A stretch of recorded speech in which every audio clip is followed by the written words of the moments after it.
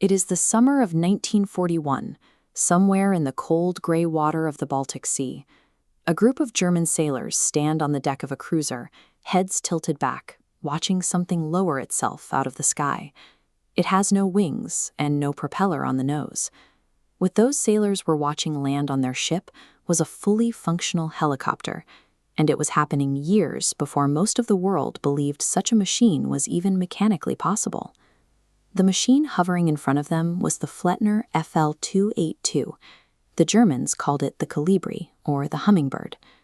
We constantly hear about the V-2 rockets and the Messerschmitt jets of the Second World War, but this quiet, small aircraft was a reliable, working piece of technology that performed perfectly, and yet history has almost completely forgotten it.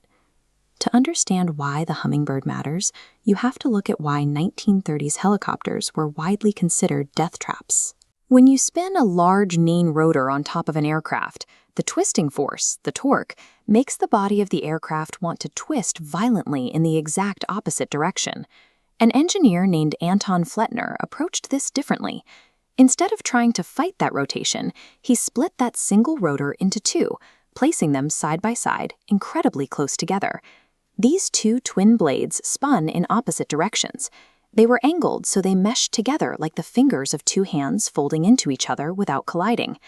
Because the rotors turned against each other, the twisting force of one entirely canceled out the twisting force of the other. The result was total stability. The Kolibri stayed entirely steady in the air without needing a tail rotor. It could hover, turn in place, climb straight up, and land on a target the size of a dinner table. Flettner mathematically solved the torque problem that had kept global rotorcraft grounded for decades. By 1941, the German Navy was paying very close attention. A warship out on the open ocean is effectively blind. It can only see as far as the horizon, leaving it vulnerable to submarines or enemy cruisers hiding just out of sight.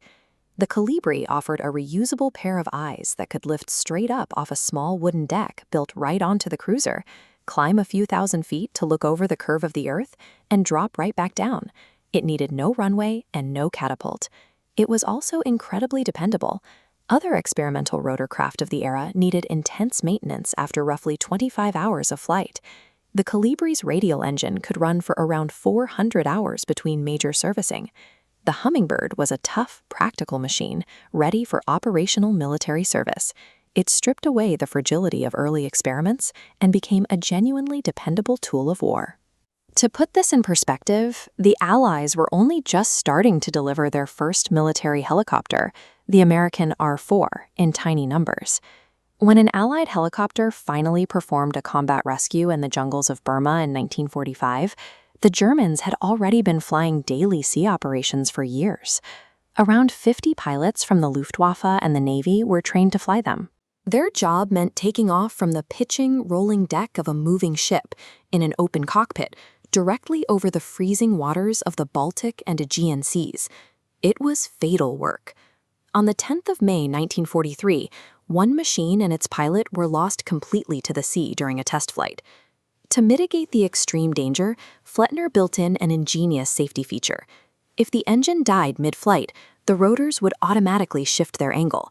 This allowed the machine to enter auto-rotation, safely gliding downward under its own spin instead of dropping like a stone. These 50 men were the world's first combat helicopter pilots. They figured out the operational limits of a totally new technology and wrote the rulebook for rotorcraft in real time, executing entirely new flight maneuvers while actively dodging enemy fire over the churning sea. By 1944, the Kolibri's design was totally proven. Recognizing the advantage, the German command placed an order for 1,000 of these helicopters, enough to scout for every remaining convoy in the fleet. But the timing was terrible. By 1944, the skies above the factories belonged to Allied bombers. Production lines were repeatedly smashed to pieces before they could even spin up. Building something as precise as those intermeshing rotors required highly skilled workers, and those workers simply weren't there anymore. They were drafted to the front lines, killed, or buried under the rubble of a collapsing country. Instead of protecting this reliable scout, High Command poured its dwindling resources into loud, dramatic projects. Massive V-2 rockets and experimental jet fighters were draining the budget, leaving the little Colibri as a low-priority afterthought. When the war ended in May 1945, out of that staggering order of 1,000, exactly 24 Hummingbirds had ever been completed. The Colibri was a perfect design, completely erased by a dying empire's logistics. In the immediate aftermath of the war, the surviving Hummingbirds were heavily sought after. American and British teams hunted them down as prizes and shipped them back across the Atlantic for intense flight testing. Anton Flettner himself emigrated to the United States. He went on to become the chief designer for a new helicopter company founded by an American engineer named Charles Kaman. If you look closely at modern aviation, the exact intermeshing rotor concept that lifted off a German cruiser back in 1941 is still flying today. You can see it right now, steadily lifting heavy logging and construction loads in the K-MAX helicopter. The Hummingbird was the small Scout, but Germany had another helicopter during the war, a giant machine capable of lifting cars off the ground, and the first helicopter to ever cross the English Channel. We'll be covering that strange story in our next video. It leaves us with a lingering historical question.